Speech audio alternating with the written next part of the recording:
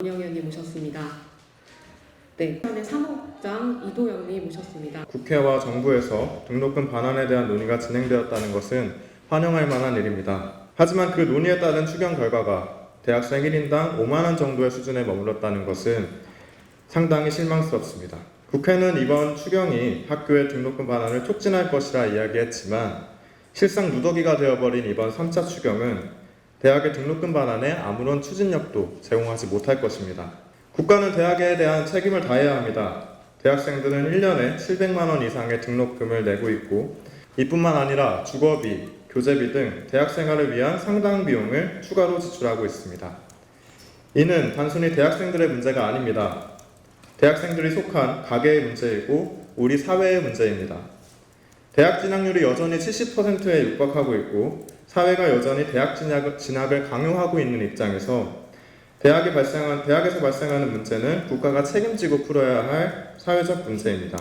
이번 학기 질 떨어지는 온라인 강의를 듣고 학교 시설과 기자재도 제대로 이용하지 못했습니다. 예체능이나 실험 실습 수업이 많은 학과의 경우 더 큰 피해를 보았습니다. 저도 또한 예체능 계열의 당사자로서 한마디 전하겠습니다. 제가 전공하는 과의 497만 원이라는 등록금은 학교 시설과 기자재 사용료로 매우 높게 책정되어 있습니다.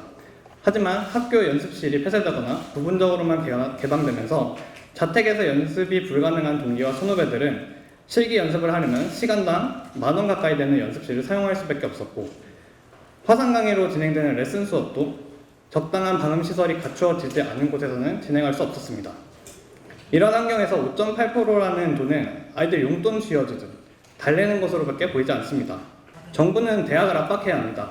등록금 반환을 대학 자율에 맡기면 학생들은 결국 아무 반환을 받지 못하거나 이번처럼 10%도 안 되는 보상만을 받아야 합니다. 각 대학 등록금 반환을 의무화하고 대학 재정을 보다 투명하게 해야 합니다. 나날이 커지는 사립대학의 횡포를 눈뜨고 볼 수는 없습니다. 학교의 주인은 학생이 될 수 있도록 정부가 동참해 주시길 바랍니다. 소범수 박선아 운영위원님 모셨습니다.